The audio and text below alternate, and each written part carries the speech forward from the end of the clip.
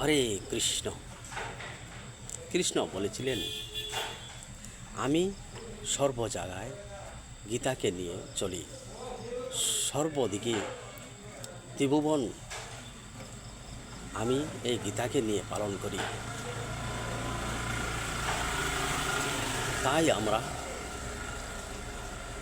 মানুষরা এই গীতাকে নিয়ে যেন সবাই মঙ্গলময়ী হয়ে সর্ব জায়গায় যেন থাকতে পারি, তার জন্য কৃষ্ণ আমাদেরকে বুঝিয়ে দিয়েছেন, গীতার বাণীকে সঠিকভাবে মেনে চলুন, সব দিকে সুখী হবেন। গীতাকে নিয়ে সর্বসংসার চালিয়েছিলেন কৃষ্ণ। আমরা ভাবতে যে চাই না, আপনারা সঠিক রাস্তার দিকে এসে একটি ভাবিয়ে দেখুন, আমরা যত টাকা পয়সা ধন যতই কামিয়ে থাকবেন, লাস্টের দিকে আপনি কোন জায়গায় যেতে হবে, আপনার শেষ ঠিকানা কোথায়? পয়সা যাই আছে, আজকে আছেন কালকে থাকবে না। আপনার শরীর মন সুস্থ দরকার।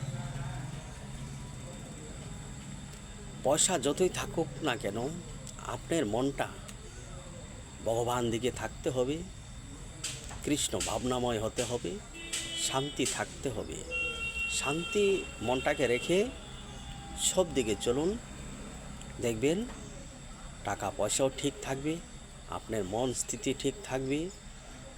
তার জন্য গীতার বাণী শুনতে চেষ্টা করুন।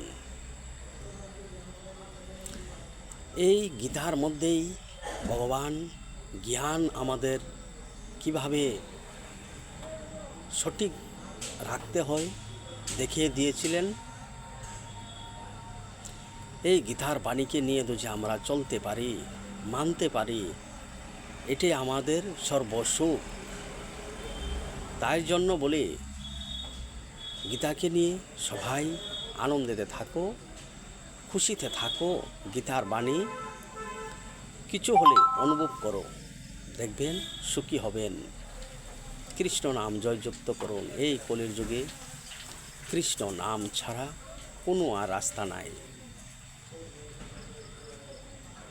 দাঁড়াইতে, থাকতে, শুইতে, যে কোনো সময় আপনি নাম করুন, দেখবেন আপনার কোনো দিকে ক্ষতি হবে না। নামে জয়যুক্ত করুন, সুখী হবেন। তার জন্য বলি, গীতার বাণীকে শুনুন, উপলব্ধি করুন। আজ এতটুকুই বলছি। হরে কৃষ্ণ কৃষ্ণ কৃষ্ণ হরে হরে।